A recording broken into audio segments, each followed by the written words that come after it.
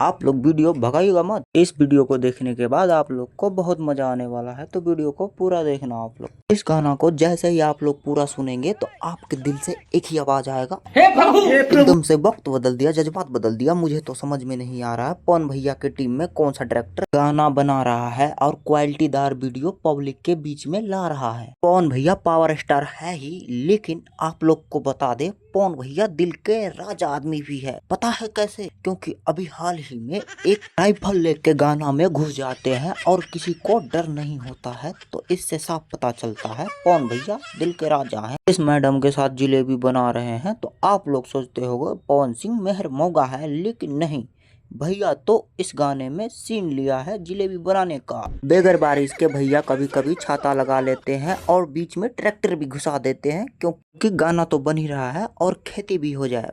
छपरी स्टाइल कहाँ छोड़ते हैं पवन भैया, छपरी स्टाइल भी अपनाते हैं। हाल ही में जो गाना आता है उसमें पवन सिंह पगला का भेष निभाता है, जो कि वायरल सॉन्ग हो जाता है। तो आप लोग मुझे भी सपोर्ट करो और वीडियो को लाइक करो, सब्सक्राइब करो और शेयर करो, ताकि मैं आपके लिए वीडियो लाता रहूं।